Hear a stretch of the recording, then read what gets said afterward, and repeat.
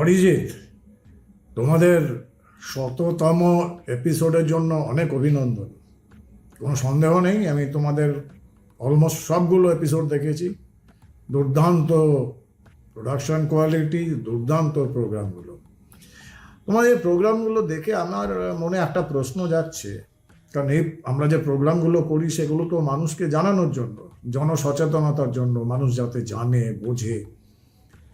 আচ্ছা, তোমার কি মনে হয়? তোমার এখানে আমি প্রোগ্রামও করেছি এই বিষয় নিয়ে, দেশ, রাষ্ট্র, রাষ্ট্রপ্রেম, রাষ্ট্রীয় সুরক্ষা।